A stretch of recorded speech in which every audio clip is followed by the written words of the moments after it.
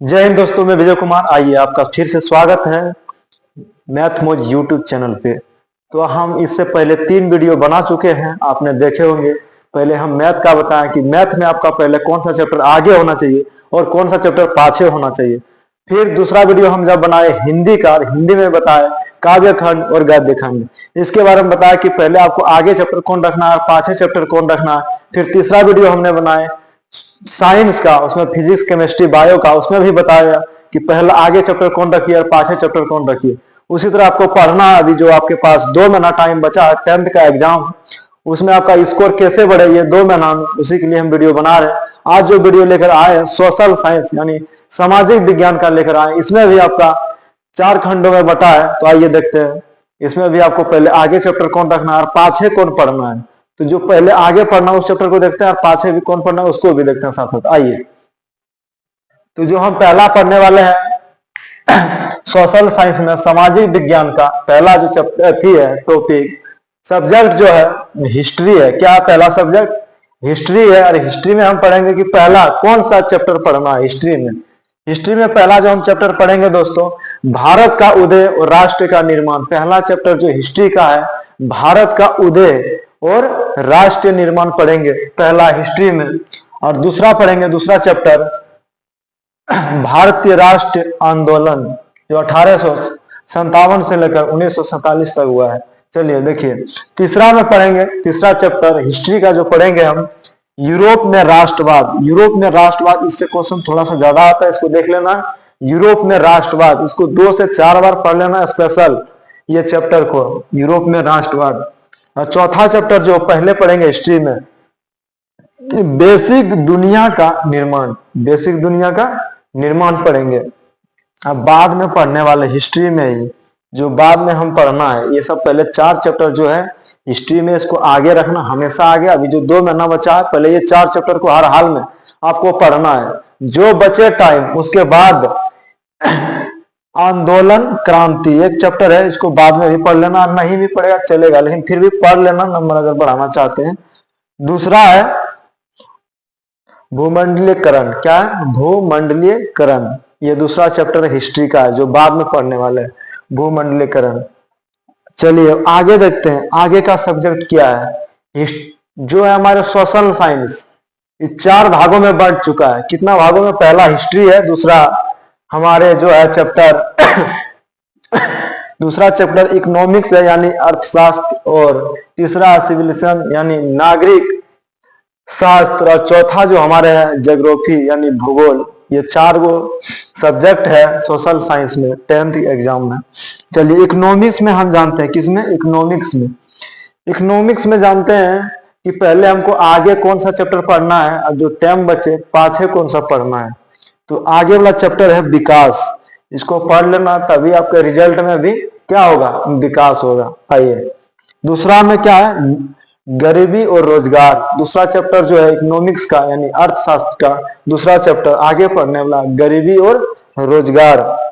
तीसरा चैप्टर हमारे है देशवीकरण और भारतीय व्यवस्था। देशवीकरण और भारतीय व्यवस्था है दोस्तों।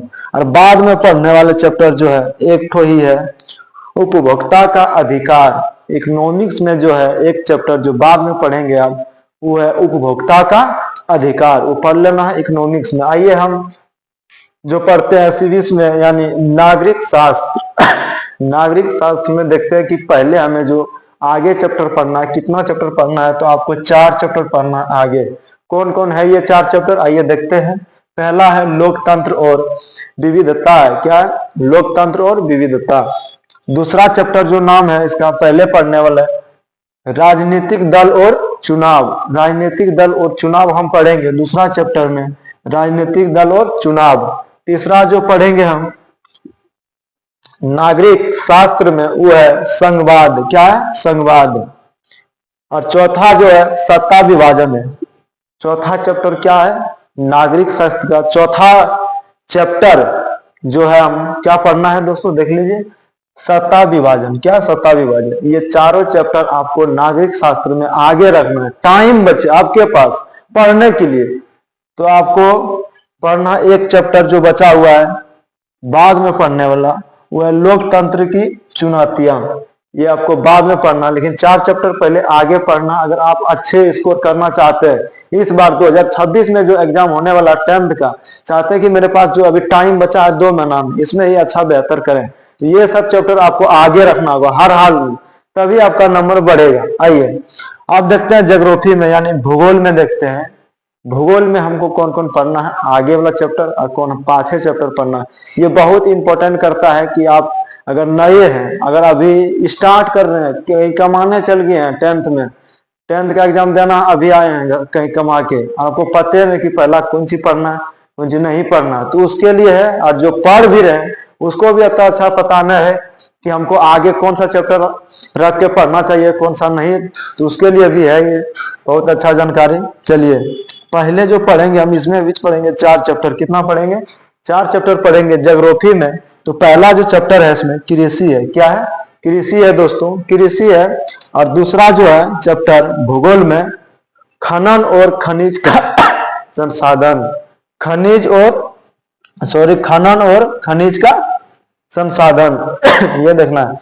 तीसरा चैप्टर जो बचा हमारे भूगोल में वो है उद्योग, उद्योग के बारे में जानना है तीसरा चैप्टर में।